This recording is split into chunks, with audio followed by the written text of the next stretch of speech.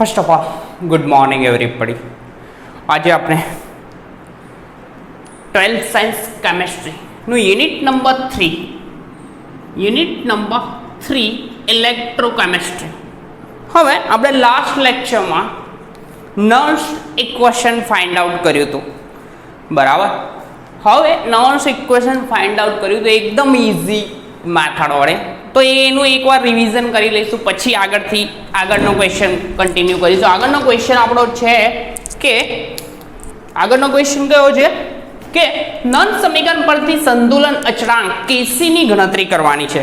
હવે જોઈએ ને તો નર્સ ઇક્વેશન ફાઇન્ડ આઉટ કર્યું હતું, તો કેટલાક સૂત્રો ફાઇન્ડ આઉટ કર્યા હતા. એમાં પહેલું આપણું સૂત્ર હતું કે ડેલ્ટા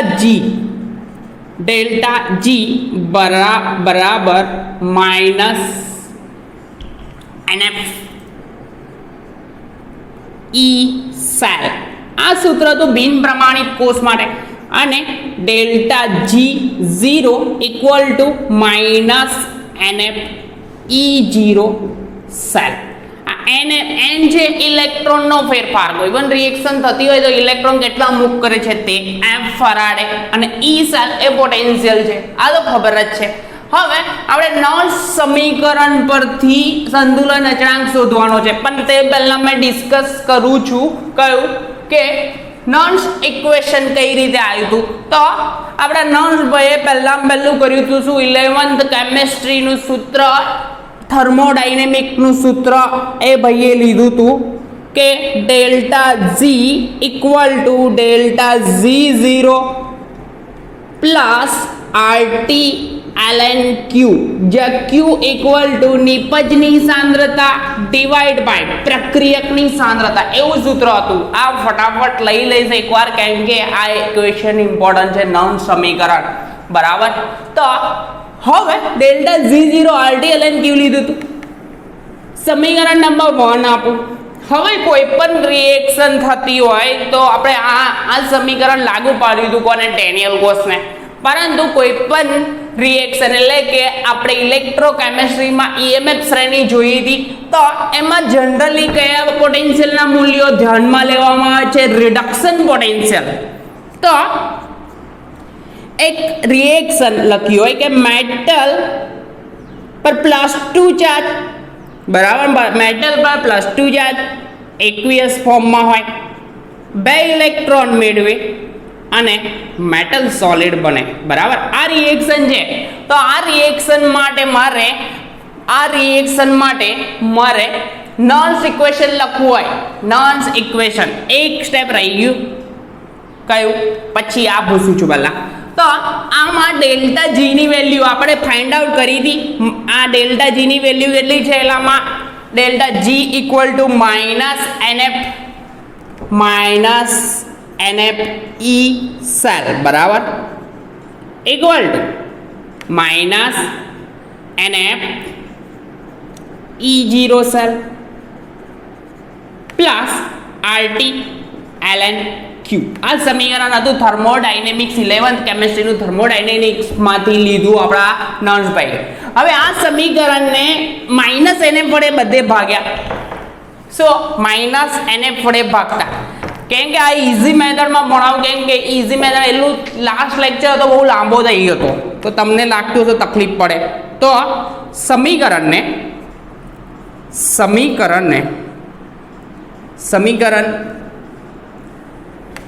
એક નંબર આપો અહીંયા, એકને માઇનસ NF વડે ભાગતા. તો આ સમીકરણને માઇનસ NF વડે ભાગું તો ફરીથી અહીંયા ડાયરેક્ટ લખું માઇનસ NF, અહીંયા માઇનસ NF અને અહીંયા માઇનસ NF. તો ભાગતા આપણને NF કેન્સલ, તો E સેલ બરાબર, અહીંયા માઇનસ પ્લસ થઈ જશે, બંને માઇનસ કેન્સલ આઉટ થઈ જાય એટલે પ્લસ જ જવાબ આવશે. અહીંયા બી માઇનસ કેન્સલ આઉટ, તો E0 cell plus minus RT upon NF ln Q, બરાબર. આ સમીકરણ જે આવ્યું તે અહીંયા Q બરાબર નિપજની સાંદ્રતા આપણ પ્રક્રિયકની, આને સમીકરણ નંબર 2 કહો. હવે મેં કીધું તું આગળ હમણાં કીધું તે પ્રમાણે કે જ્યારે જનરલી આપણે EMF શ્રેણી જોઈ હતી તો બધાના રિડક્શન પોટેન્શિયલ, કોના રિડક્શન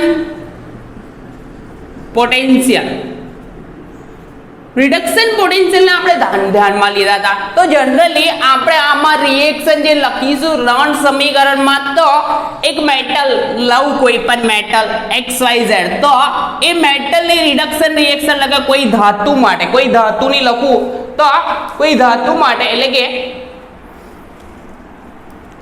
બિન પ્રમાણિત કોષ હોય તો ધાતુ મેટલ એક્વિયસ, એના પર ચાર્જ +2 હોય, 2 ઇલેક્ટ્રોન મેળવે અને મેટલ સોલિડ બને. શું બને? મેટલ સોલિડ બને.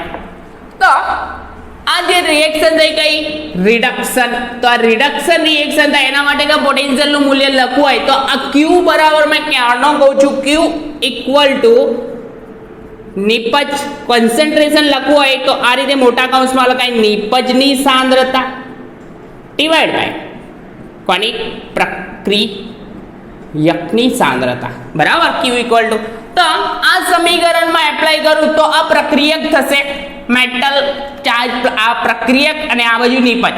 તો મેં આ નન સમીકરણ લખું આના માટે તો E cell equal to E0 cell minus RT અપન NF ln નિપજ તરીકે કોણ છે? મેટલ સોલિડ ની સાંદ્રતા. નિપજ આ થઈ, આ નિપજ થશે, આ પ્રક્રિયક તો મેટલ પર +2 ચાર્જ એક્વિયસ. હવે પુરવાર એવું થયું છે કે ઘન પદાર્થની સાંદ્રતા, એટલે કે આ સોલિડ, તો મેટલ સોલિડની સાંદ્રતા કેટલી હોય? 1 હોય. તો મેં અહીંયા આ જ સમીકરણ અહીંયા લખી શકું, કેવું? સેમ.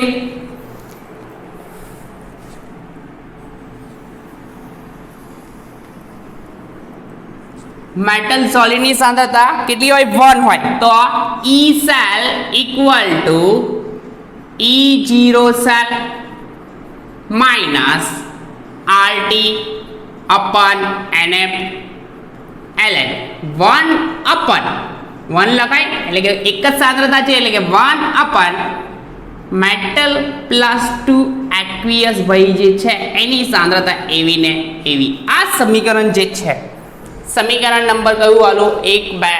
આ સમીકરણ નંબર 3 કહું આ ભાઈને, કયું કહું? 3. તો સમીકરણ નંબર 3 આવ્યું. હવે ડેનિયલ કોષમાં મેં એપ્લાય કરું આ સમીકરણ. ડેનિયલ કોષ, બરાબર. ડેનિયલ કોષ તો આપણને ખબર જ છે. તો અમે પહેલા ડિસ્કસ કર્યું છે નોન સમીકરણ. આપણે સંતુલન અચળાંકની કોઈ વાત કરતા નથી, ઇક્વિલિબ્રિયમ કોન્સ્ટન્ટ પણ છોડો, નોન સમીકરણ તારવો, બરાબર. ફરીથી ડિસ્કસ કરું છું ભાઈ, લાસ્ટ લેક્ચરમાં કર્યો તો તેમ છતાં ફરી કરું છું. રીઝન એવું છે કે તમને લાસ્ટ લેક્ચરમાં વધારે ટફ લાગ્યું હોય કદાચ, મારા ખ્યાલથી મને એવું લાગ્યું ત્યાંથી સુધી. તો આ થશે. તો હવે આમાં કશું કરવાનું નહીં, આપણે ડેનિયલ કોષ મેં અહીંયા દોરું. ડેનિયલ કોષ એક બાજુ અહીંયા ZnSO4 નું સોલ્યુશન, કેટલું? ZnSO4 નું સોલ્યુશન, એને અને આ બાજુ કયું છે? CuSO4 નું સોલ્યુશન. એમાં આમાં ઝીંકનો સળિયો ડૂબાડ્યો, આમાં કોપરનો સળિયો. કયો સળિયો? આમાં ઝીંક, અને આ બાજુ કોપરનો સળિયો. બંનેને વોલ્ટમીટર નામના સાધન વડે જોડવામાં આવે અને બંનેને ક્ષાર સેતુ વડે કમ્પ્લીટ જોડવામાં આવે, બરાબર. તો આ એની ગોઠવણી આવી થાય. સોલ્યુશન દર્શાવવાનું રહી ગયું છે તો દર્શાવી દઈએ.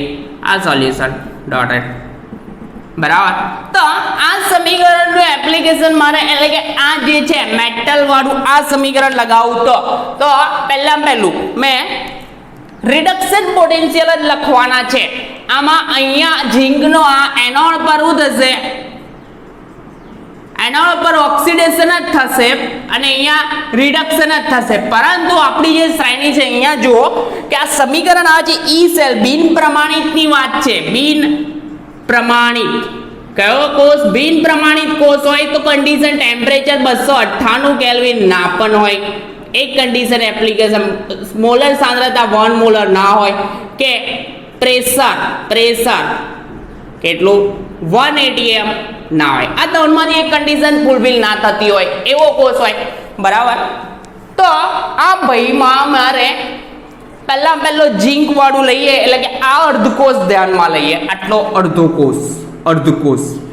તો એના માટેનું મારું સમીકરણ કયું લખવાનું? રિડક્શન પોટેન્શિયલનું. કયું? રિડક્શનનું. આ મેં ઉપરથી થોડા લખી દઉં. ઈ સેલ વાળી રિએક્શન આખી. E cell equal to E0 cell minus RT upon NF ln 1 સાંદ્રતા 1 જ હતી 1 upon મેટલ પ્લસ 2 એક્વિયસ એ ભાઈની સાંદ્રતા. બરાબર. આ સમીકરણ નંબર આપવું હવે ને થર્ડ સમીકરણ ઇમ્પોર્ટન્ટ છે આ સમીકરણ. હવે આપણી બુક જોઈશું ને તો ડાયરેક્ટ રિડક્શન પોટેન્શિયલ આપેલા છે. શું આપેલા છે? Reduction potential. તો ઝીંકની રિડક્શનની રિએક્શન લખીએ. પહેલી એનોડ તરીકે વધશે તો ઝીંક વાળાનું ઓક્સિડેશન થાય તો Zn માંથી Zn+2 બને. શું બને? Zn સોલિડ માંથી Zn+2 અને 2 ઇલેક્ટ્રોન મુક્ત કરે. પરંતુ આપણે આ રિએક્શન કઈ રહી? ઓક્સિડેશનની થઈ. પરંતુ આપણે લેવાની કઈ? રિડક્શનની. તો રિડક્શન પ્રક્રિયા લેવી હોય તો આ રિએક્શન ઉલટી લખવાની કે Zn+2 2 ઇલેક્ટ્રોન મેળવે અને Zn સોલિડ બનાવે. બરાબર. તો આના માટેનું મેં સમીકરણ આ જ એપ્લાય કરું. કયું? આ નિબંધની સાંદ્રતા અપન પ્રક્રિયકની સાંદ્રતા. બરાબર. તો સમીકરણ એપ્લાય કરું તો મેં અહીંયા લખી શકું ઈ સેલની જગ્યાએ રિડક્શન પોટેન્શિયલ. રિડક્શન એટલે કે Zn એક્વિયસ જે છે એમાંથી Zn સોલિડ બને એટલે કે Zn+2 2 ઇલેક્ટ્રોન મેળવે અને Zn સોલિડ બનાવે. આવું લખ્યું છે બુકમાં પણ આ જ આપ્યું. ડાયરેક્ટ આ આપ્યું છે. આ બધું આગળનું આપ્યું નથી. બરાબર. તો મેં લખું તો E0 Zn+2 Zn સોલિડ. બરાબર. આવું જાય minus RT upon NF ln Zn સોલિડની સાંદ્રતા અપન એટલે કે આ નિપજની સાંદ્રતા અપન પ્રક્રિયકની સાંદ્રતા એટલે કે શું થશે? પ્રક્રિયક તરીકે કોણ છે? Zn+2. તો Zn+2 એક્વિયસની સાંદ્રતા. આ સમીકરણ થશે. પરંતુ Zn સોલિડ ની સાંદ્રતા Zn સોલિડ સ્વરૂપે છે. આ સમીકરણ ભૂસૂચ્યું ખબર જ છે. ની સાંદ્રતા કેટલી? 1 થાય. તો અહીંયા Zn સોલિડ ની સાંદ્રતા કેટલી છે? આના બરાબર 1. તો આગળનું એક સમીકરણ લખી દઉં કે ચાલશે? ડાયરેક્ટ લખી દઈએ. E Zn+2 Zn solid equal to E0 Zn+2 Zn solid minus RT upon NF ln 1 upon what is સાંદ્રતા? Zn+2 એક્વિયસની સાંદ્રતા. આ સમીકરણ આપેલું છે. બરાબર. ખબર પડે એવી જ રીતે આ મેં આ એનોડ તરીકે લીધો કોણ? ઝીંક છે. એના માટેનું આ સમીકરણ લખ્યું. તો મારે કેથોડ તરીકે વર્તતો ભાઈ જે છે આપણો કોણ છે? કોપર. તો કોપર માટેનું આ સમીકરણ લખવું હોય તો કઈ રીતે લખાય તે? તો બીજું ઇક્વેશન Cu+2 એક્વિયસ 2 ઇલેક્ટ્રોન મેળવે અને Cu સોલિડ બનાવે. તો એના માટેનું ઇક્વેશન ડાયરેક્ટ લખું ECU+2 ECU solid equal to E0. સમીકરણ પ્રમાણે E0 સેલ બરાબર આ લગાય તો આ બિન પ્રમાણિત છે. આ એક કન્ડિશન મેન્ટેન થતી નહીં હોય. બરાબર. તો E0 cell minus RT upon NF ln direct મેં લખી દઉં કેમ કે કોપર સોલિડ જે છે એની સાંદ્રતા કેટલી થશે 1, તો ડાયરેક્ટ મેં લખું 1/Cu+2 ની સાંદ્રતા. સમીકરણ નંબર આ બે ને આ ત્રીજો નંબર અને આ ચોથો નંબર. બરાબર, આ થયું. હવે કરવાનું કશું નહીં, શું કરવાનું? ટોટલ કોષનો પોટેન્શિયલ. તો ટોટલ કોષનો એટલે કે આખા કોષનો પોટેન્શિયલ, આ અર્ધ કોષનો પોટેન્શિયલ શોધ્યો અને આ અર્ધ કોષનો પોટેન્શિયલ શોધ્યો. તો ટોટલ કોષના પોટેન્શિયલ માટેનું સૂત્ર છે, સૂત્ર શું છે? E cell. શું છે? લખું છું E સેલ બરાબર E reduction on cathode minus E reduction on anode. એટલે કે બંને રિડક્શન પોટેન્શિયલ છે. આપણું સૂત્ર આ જ કે છે, E સેલનું સૂત્ર આવું જોઈએ છે, reduction on cathode minus reduction on anode. તો રિડક્શન તો આપણને આ બંને રિડક્શન પોટેન્શિયલ છે, કેથોડનો પોટેન્શિયલ એટલે કે આ સમીકરણ લખાય મારાથી કયું E0 સેલ બરાબર. E0 સેલ ના લખવો હોય તો આ શું લખાય? E0 Cu+2 Cu solid. તો અહીંયા લખાય E0 Cu+2 Cu solid minus RT/NF ln 1/Cu+2 ની સાંદ્રતા. એક જ સેકન્ડ, દેખાય છે અંદર? દેખાય છે? એક સેકન્ડ. હા,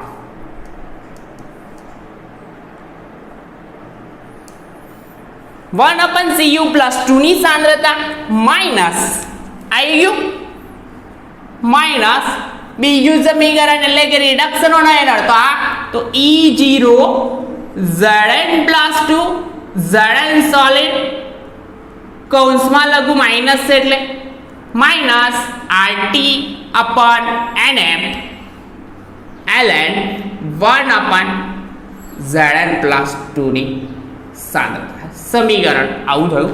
સમીકરણની બાદબાકી કરી છે આની, આને કહેવાશે રિડક્શન કેથોડ તરીકે વર્તે છે. આ રિડક્શન પોટેન્શિયલ દર્શાવો અને આ રિડક્શન જ થાય છે. કોના પર થાય છે? એનોડ પર છે. લખ્યા, બાદબાકી કરી છે. હવે આગળ કરવાનું છે સિમ્પલ. હવે પૂછું છું ΔG પરથી સૂત્ર, ΔG એટલે કે RT/NF મૂક્યું હતું, RT/NF મૂકીને ln સૂત્ર હતું, NF વડે ભાગ્યા તો E સેલ બરાબર E0 સેલ વાળું સૂત્ર આવ્યું. તો આગળ થશે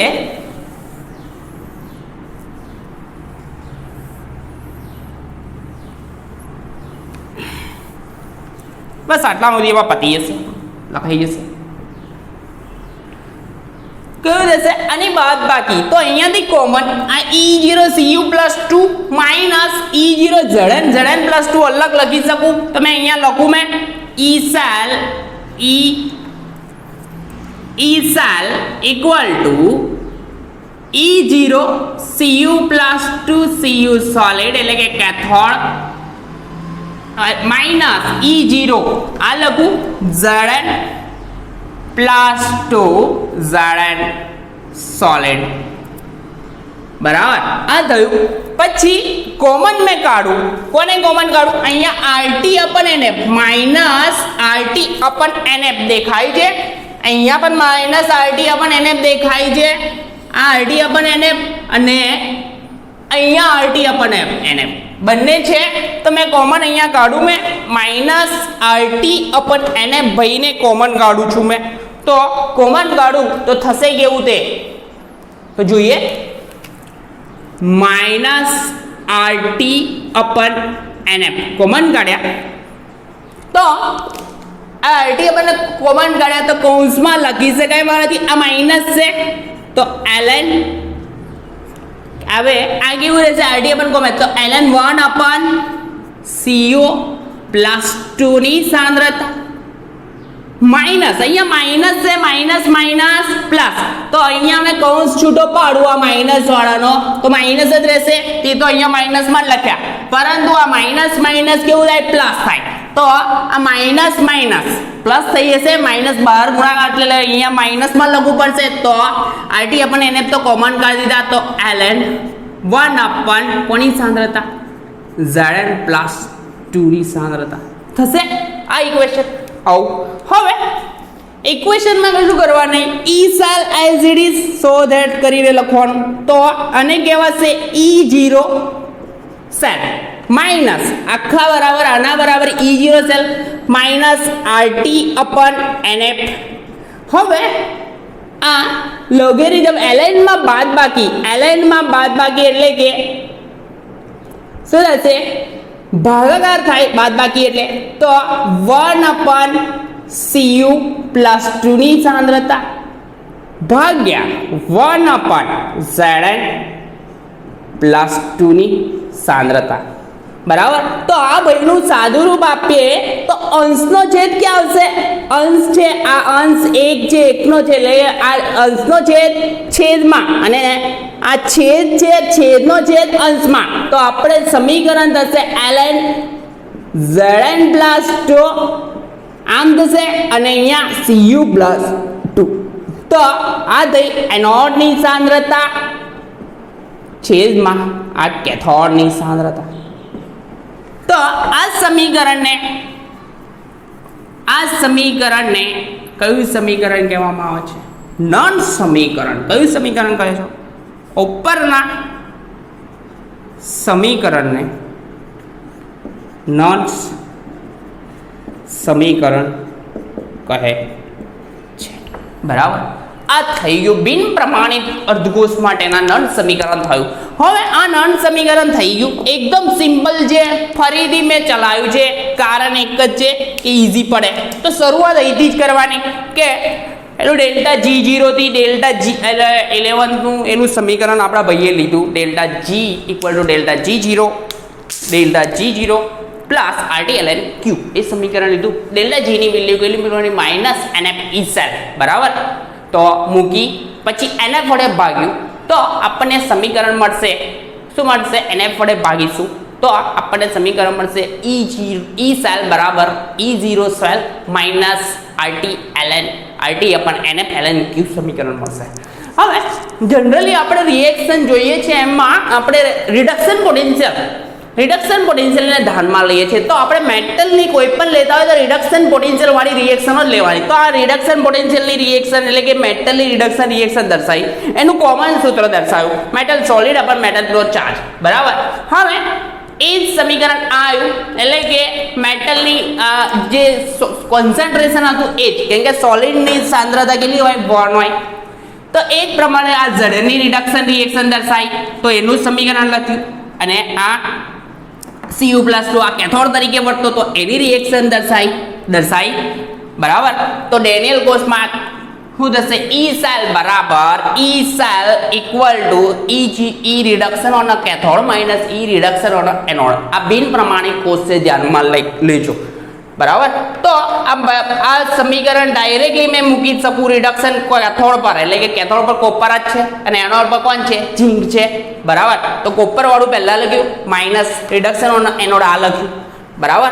કોમન કાઢી લીધું, E0 એટલે કે E0 Cu plus 2 minus E0 Zn plus 2. આના બરાબર શું થશે, આના બરાબર E0 સેલ થશે.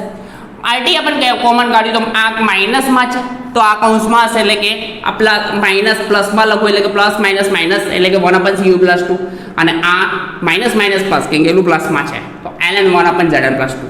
હવે કશું નહીં, બાદ બાકી હોય એટલે કે ભાગાકાર થાય. બરાબર. તો આ સમીકરણ Zn પ્લસ 2 અપન Cu પ્લસ 2 ને શું થશે, છેદનો છેદ એટલે કે આ ભાગાકારમાં છે તો આખું આ 1 અપન Cu પ્લસ 2 છેદમાં 1 અપન Zn પ્લસ 2 હશે, Zn પ્લસ 2 અંશમાં જશે એટલે કે આ રીતું થશે. હવે આ સમીકરણ નન સમીકરણ કહે છે. હવે આમાં R ની વેલ્યુ 8.314 જૂલ કેલ્વિન કેલરી મૂકે, જૂલ પ્રતિ મોલ સમથિંગ છે.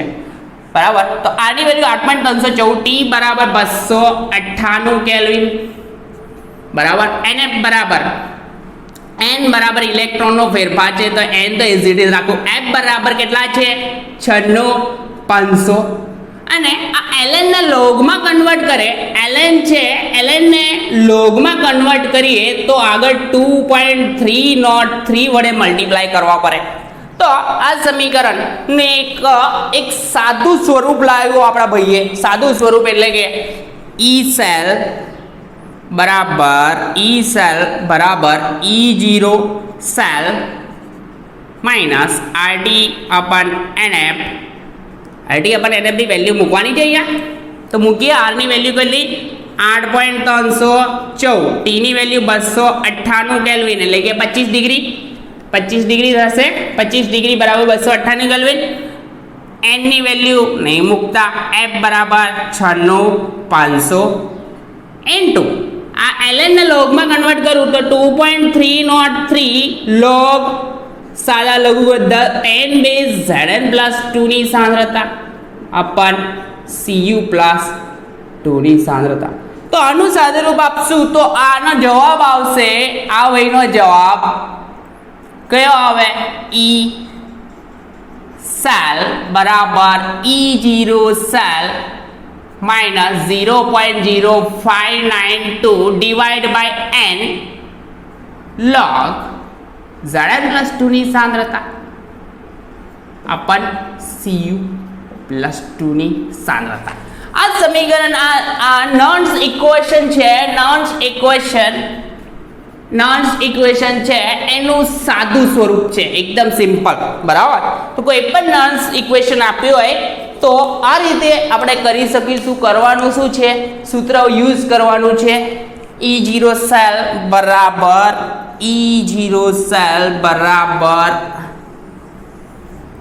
E cell equal to E0 cell minus 0.0592 divide by n એટલે કે ઇલેક્ટ્રોનનો ફેરફાર log આ એનોડની સાંદ્રતા ડિવાઈડ બાય કેથોડની સાંદ્રતા, કેથોડના દ્રાવણની સાંદ્રતા. આ મૂકીશું એટલે આપણો આન્સર આવશે. તો આ નોન્સ સમીકરણ થયું. હવે આપણે મેં શું કહું, હા, જે આપણું એલું હતું નોન્સ ઇક્વેશન આપણે કે ઇક્વિલિબ્રિયમ કોન્સ્ટન્ટ ફાઇન્ડ આઉટ કરો. એટલે નેક્સ્ટ લેક્ચરમાં જોઈશું. આ કરજો, બહુ જ ઇમ્પોર્ટન્ટ છે, એટલા માટે મેં ફરીથી કર્યું. બરાબર છે, તો સરસ રીતે પ્રિપેર કરો. ઇક્વેશન ઇમ્પોર્ટન્ટ છે, તો આ સરસ રીતે પ્રિપેર કરો. નેક્સ્ટ લેક્ચરમાં આપણે ઇક્વિલિબ્રિયમ કોન્સ્ટન્ટ એટલે કે સંતુલન અચળાંક શોધીશું. નોન્સ સમીકરણમાં સંતુલન અચળાંક કઈ રીતે શોધવામાં આવે છે, એની વેલ્યુ કઈ રીતે આપણે એક્ઝામ્પલમાં યુઝ કરીશું તે જોઈશું. અને આ બી એક્ઝામ્પલમાં આ સૂત્ર ઇમ્પોર્ટન્ટ કામ કરશે, તો આ જોઈશું આપણે નેક્સ્ટ લેક્ચરમાં.